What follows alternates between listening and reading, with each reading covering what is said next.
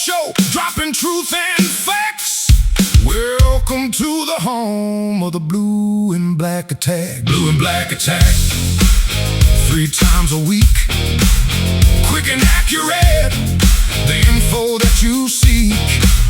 From the Carolinas, keeping Panthers on track. This is your home for the Blue and Black Attack. Say welcome back to the Blue and Black Attack. This is the Blue and Black Invasion this week, as we have fun with the brand new schedule put out by the NFL, the 2026 schedule for the Carolina Panthers.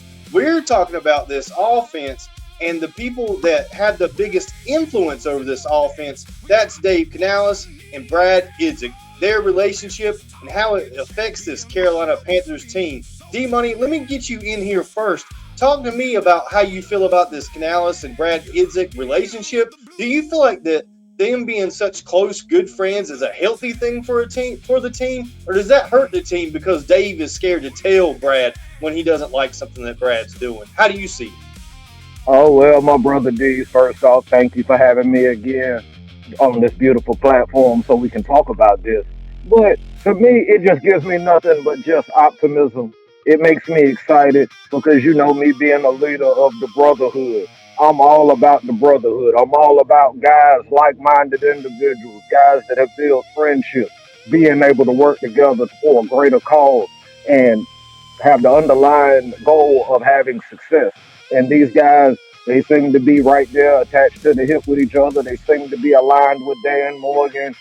Dave is now at the point where he's trustworthy enough to want to give the opportunity to Brad to make these calls. And yes, they did bring in who I'll say would be Uncle Bevel to them. He's been around there and been a mentor for them for a while. They kind of make this transition go smoothly. And see, for me, all of it to me is just real prime right now. Because see, we got a prime GM. We got a prime coach. We got players coming into this situation that's ready to do primetime things under the light. You got Derrick Brown that's wanting to make this offense a little more sexy, a little more flexible. Makes it want to have a little NASCAR to it. Sending these guys a little bit deeper down the field, trying to get some of these chunk plays.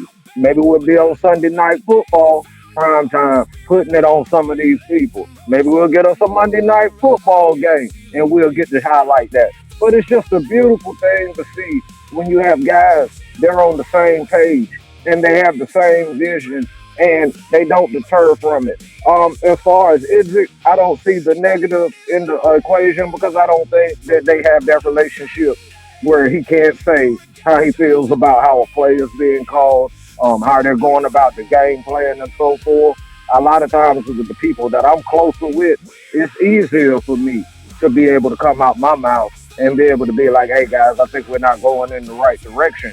And if there's a certain respect amongst each other, which we have seen since they've been here, that there's an overlying respect that these gentlemen have for each other, that they will take these ideas and toss them back and forth and look for counters or where they might not go ahead, like see it head to head, but they might find the compromise. And maybe Brad sees that maybe XL is better with the deep post route, while Ted is going, or Nalo is going around doing an end pattern or so forth. Maybe there's just something that Brad sees from a different scope that maybe Dave couldn't see last year because he's trying to monitor everything that's going on.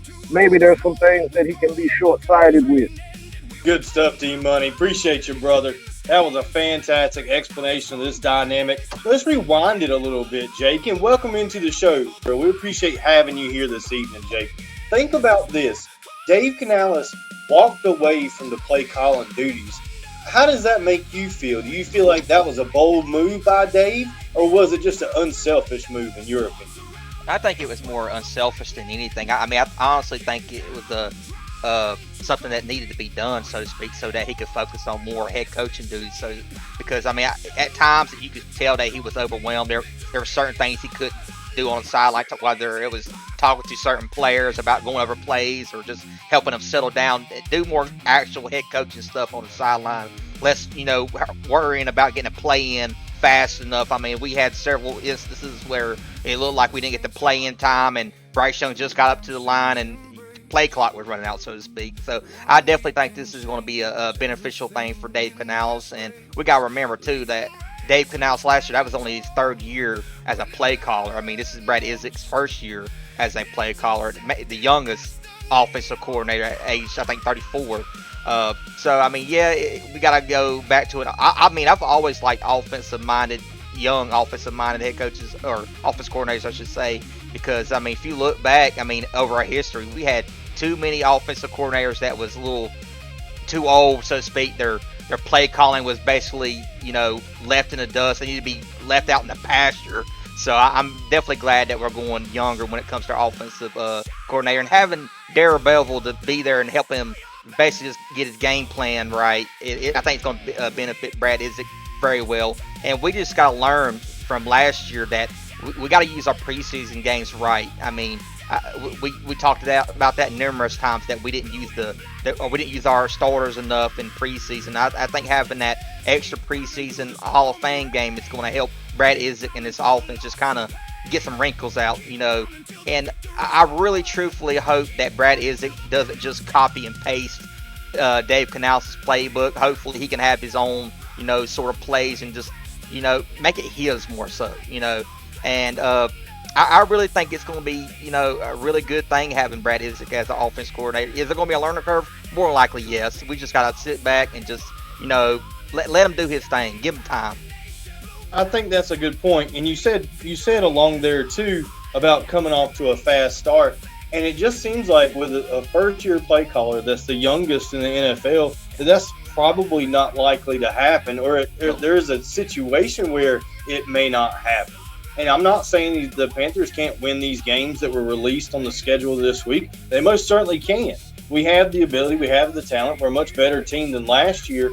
But like you said, we need to give him some room to learn and grow. Do you think there comes a situation where maybe the offense doesn't start out the way it needs to, or things just don't seem to be right going in terms of play calling, where maybe Dave Canales talks to Brad about maybe taking back the play calling responsibilities? With their friendship, do you even think that's a possibility at all, Jay? I mean, I think it's a possibility, but I hopefully it's not something that happens so soon, like within 4 weeks of the regular season. I would hate to see that. Hopefully, we're all hoping it works out, that we never even have to have this situation happen. But I think it definitely could happen. We've seen it several times against the league.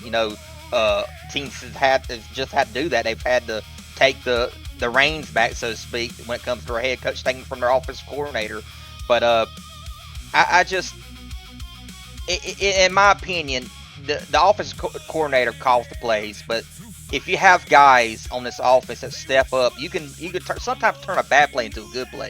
It happens. I mean, you see plays break down all the time, and a quarterback does this, or a wide receiver does this, or a running back does this, and just steps up to the plate. So having this offense to where it's at now, we've added more pieces to it. I think is going to help Brad Idzik too. Maybe take a little bit of pressure off his back, so to say, when it comes to play calling. But I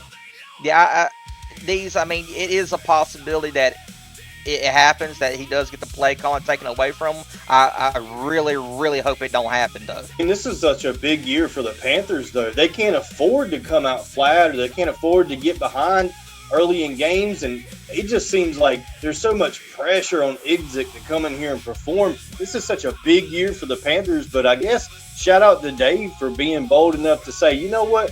I'm the problem on the offense. I'm holding the offense back. I'm passing on my play calling duties. Cole, let's get you in. I got a question for you. Is there any way that you feel like that close relationship between Brad Idzik and Dave Canales would hinder Dave Canales and his ability to pull the play calling away from Brad if it needed to happen? Does it affect the way that he looks at the offense? I'm going to say that their relationship doesn't affect this whole thing that's going on, because we knew this was coming, because Canales said that Idzik was eventually going to take over play calls. We just didn't know when. We didn't know if it was going to be Canales doing really good and then him getting the keys. I think that might have caused more of an uproar. I think we saw some areas where we should have improvement. But at the same time, even with Idzik, just like we did with Canales, we have to practice that patience, and I think that's going to be a good thing for us. We just have to do what we need to do on offense and protect the ball, and then have good play calls with that. And I think we will be successful, my friend. They say that Brad Idzik and Dave Canales have this uber healthy relationship where they constantly hold each other accountable, whether it's in the film room or on the practice field or whatever it is. That they do a good job of making sure they're not just buddy-buddy, that they're making the team the best that the team can possibly be. And now we're introducing a third person into that chemistry. And that chemistry is going to be affected, I would think, by Darrell Bevel. Jake, let me get you back in here and talk about Darrell a little bit.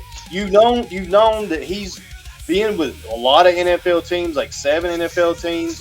He hasn't been a play caller really himself in like the last 7 years or so, but yet here he is with the Panthers. Now he spent, I believe it was like 7 years with Dave Canales with the Seahawks, and him and Brad and Dave have been together for about that same amount of time. Do you have any concerns with him coming into this room, or would you rather it just be Brad and Dave and not have Darrell Bevel at all?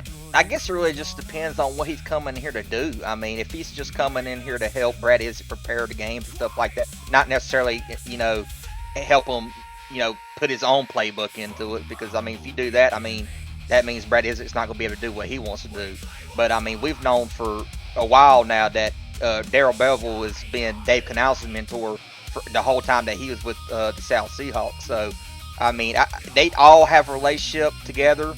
I think it does benefit, but I mean, I just hope that he's not overbearing and just, kind of takes a lot of stuff away from Brad Idzik, because I truly want Brad Idzik to have his own style, his own playbook when it comes to him being an offensive coordinator.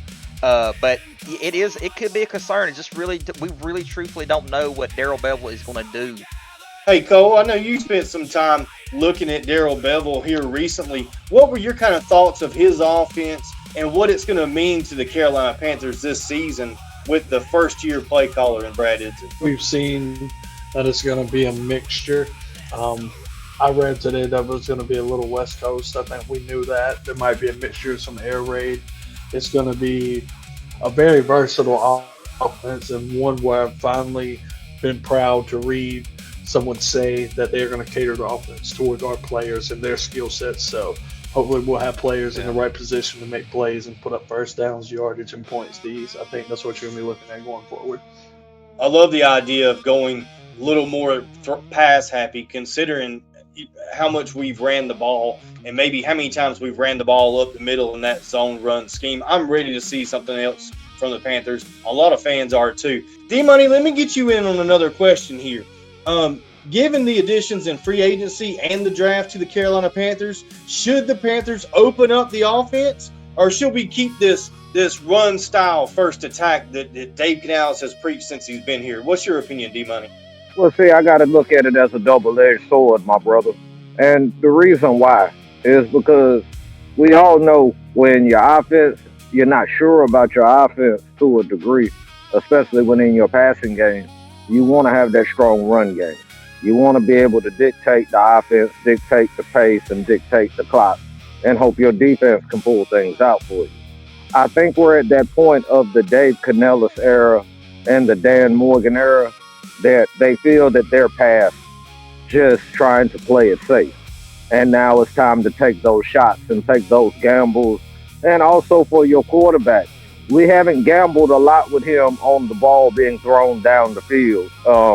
And I just think that it's that time. I think that certain players like Excel and Nilo, Brazel, of course, because of that take the top off speed that he has, that, more attempts, more opportunities to make plays. That's what they came for. And it could really open them up. There was quite a few plays that, as far as routes, the way that they were schemed up and designed, I wasn't that much of a fan of, because it could be third down and it might be 3rd and 10, but we're doing in routes at like 6 yards in and 7 yards in. And okay, let's say we do catch the ball and we're getting tackled immediately for whatever the play might be. I think you can't really strain a secondary or even make a secondary be nervous or scared of you until you have that threat of taking the top off. So if they can get those timing things together, I really think it will be a benefit to this offense. I don't see where we can go wrong with it. I am a traditionalist at heart, so I love to run the football. I've always been a fan of running the football, and I think it's one of the safest ways to play. But if our coaching staff and front office think that we have the weapons that are there for us to be able to really spread out this offense and open up that playbook in a manner that we're really getting numbers on the board, I am absolutely all for it. Sign me up. I'll take two, please. It's just one of those things to me. I am now more thankful for the draft pick of Monroe Freeland and big old Sam at center. If we're going to be sitting here and we're going to start running and gunning and launching the ball up in the air just a high, very, very high amount of times, we really got to have that pass protection. So for me personally, I don't see anything wrong with it.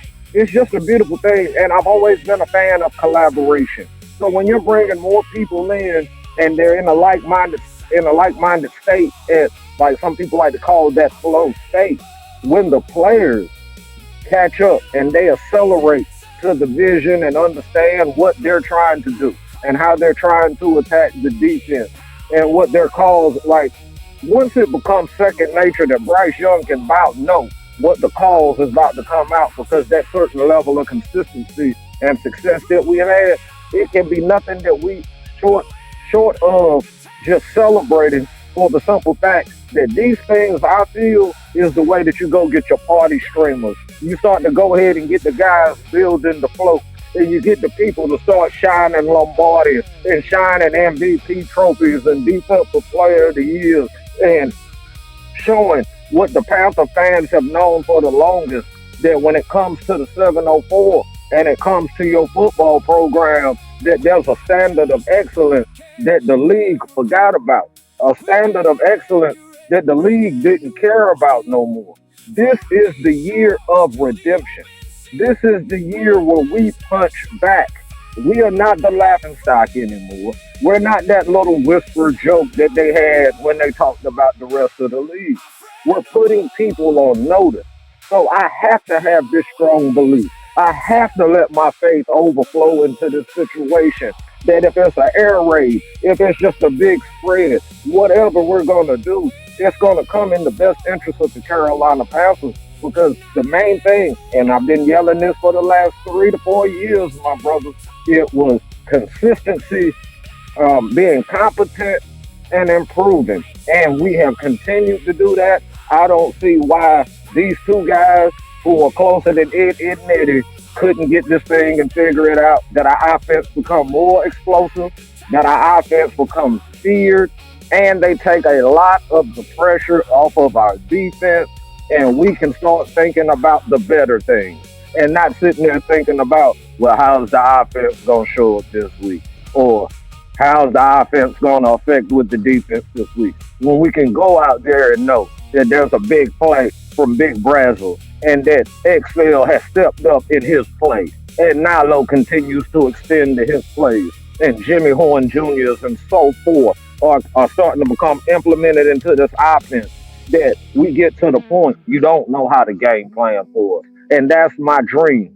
That's what I have faith in. And I believe when you have two guys that have the same vision, they're that tight knit and they're that close, we're so close to getting there. And like always, if you ain't with us now, you ain't welcome to the parade. A storm is brewing, family. Take shelter. Look, by no means am I putting down Dave Canales. Dave Canales made the playoffs, won the NFC South in just his second season. Shocked everybody. The roster wasn't ready. And now the roster is way more primed than it was last year. A lot better, in my opinion. We had a great free agency and a great draft. First-year play caller Brad Idzik may be set up in the best situation possible. And he may get off to a great start in the 2026 NFL season. I was just asking some questions about the relationship and introducing Darrell Bevel and how that changes things.